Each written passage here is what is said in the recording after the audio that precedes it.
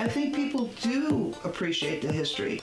Having grown up here, having my father ran a drugstore, so I knew most of the people as I grew up. I've been here 67 years, except for the time in the service. There were just all kinds of activity, barrel makers and cheese makers, and people were just active. When gold was discovered out west, or a lot of people started going out west, a lot of people left for that reason. Unity sent a lot of men, a huge percentage of its population went into the Civil War.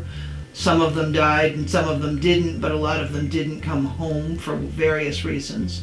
In the later 1800s, there's sort of this downturn in population, and then it takes a while for things to start picking up again.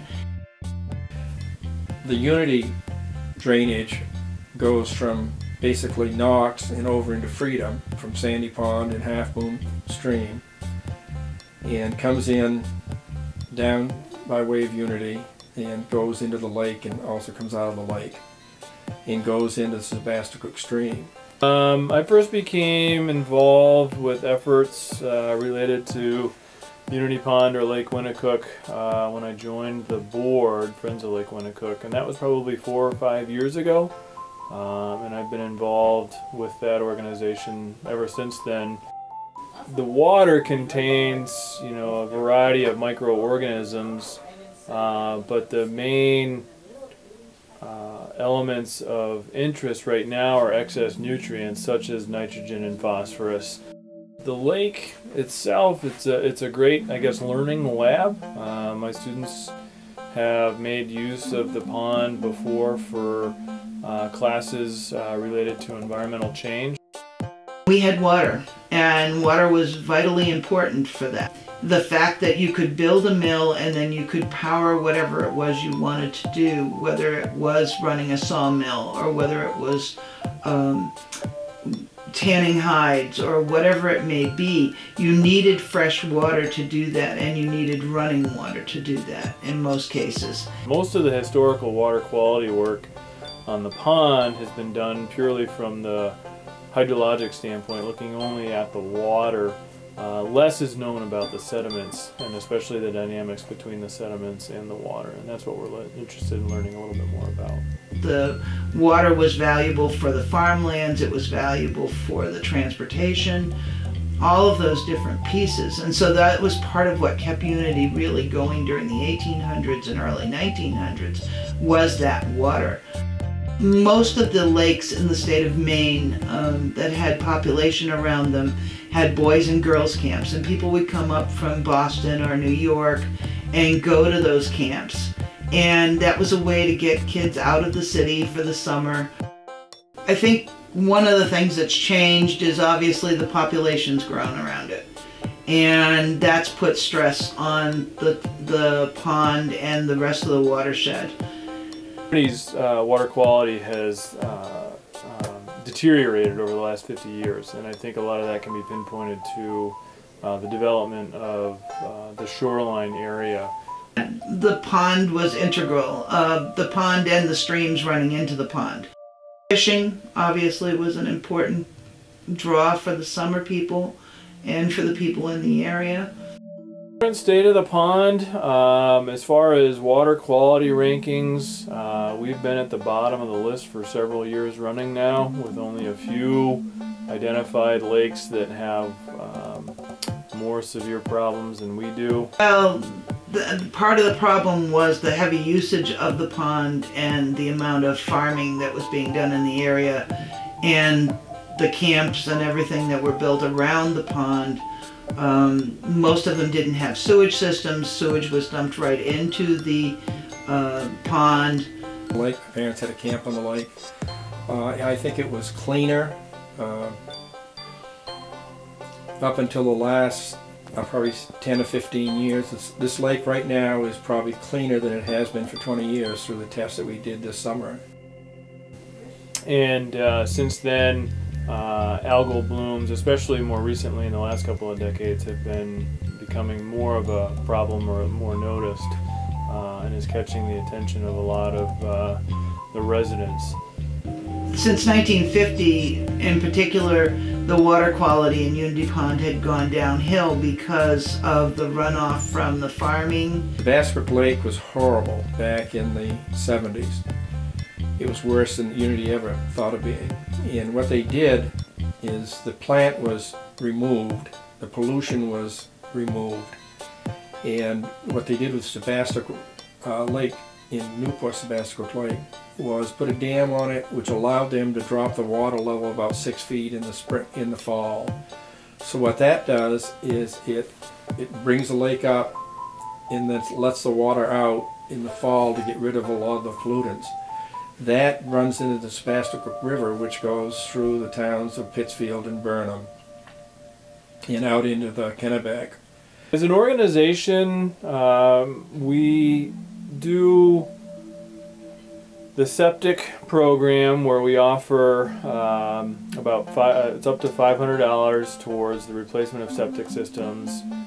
We also have monthly meetings and generate interest in various activities going on, whether it's monitoring or ice out contests.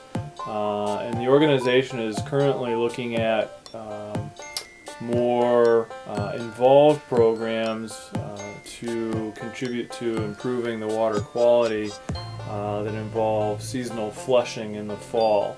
It was easy to identify where that pollution was coming from. I think it's harder sometimes now to identify it. Like I said, there were a lot of these older camps that didn't have sewage systems. They've been trying to go around and replace them, putting in new, proper ones further away from the lake, doing all of that. But there's still old sewage systems that leak into the lake. Friends of Lake Winnicook, or FOLW as it's better known, it's an organization that's primary interest is in the preservation of the pond itself and all things related to it, to make it a water resource that's available to the broader public for years to come. It's really in the 80s when people started thinking about it to change it, because they realized how bad the quality was getting and the fish were dying, everything was happening. And so they started really working together to come together to try and figure out ways that they could clean up the lake. The college really stands on the periphery and helps to facilitate some of that work. For example, the college has sponsored a way of student academic engagement awards made to students who are pursuing research projects looking at the sediment characteristics.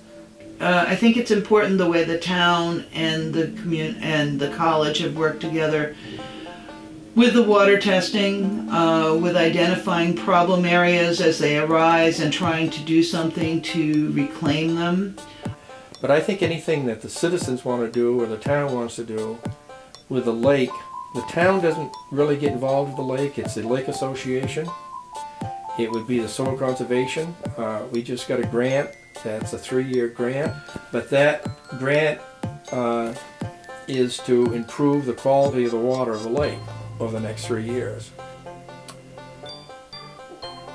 Without understanding the nutrient dynamics in the sediments right now, it's difficult to project what might come in the next 10 to 20 years, say. But if the current practices aren't changed as far as, fixing faulty septic systems and without unchecked shoreline zoning, or unchecked shoreline development, then we can expect the problem to continue into the future. At the same time, I think there's a greater awareness of the problems of the watershed, and so I think there's more people united to work on those problems. We collected a sediment core, a short sediment core about 1 meter long, and we subsampled that particular core, sent them out to a soil testing facility at the University of Maine, and we have some nitrogen and phosphorus data along with some aluminum and iron data that we just got back a couple of weeks ago, and so we're currently wading through that and beginning to draw some preliminary interpretations from that data. It's to the farmer's advantage not to have erosion because they lose good land.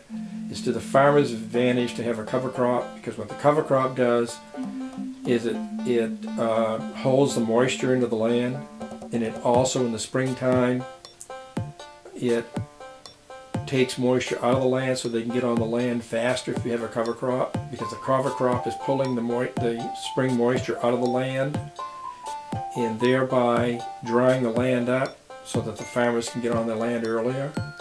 Well, I think it's always important with any area to remember what your history is. I think the thing that is important is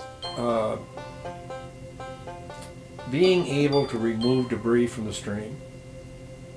I think that if we had done that, we would have taken a lot of siltation that is now going into the river, which is going down the stream. Geologically speaking, the most relevant topic would be to control sediment influx into the lake, and so that goes back to trying to limit erosion of shoreline areas. The town has a real love of its history.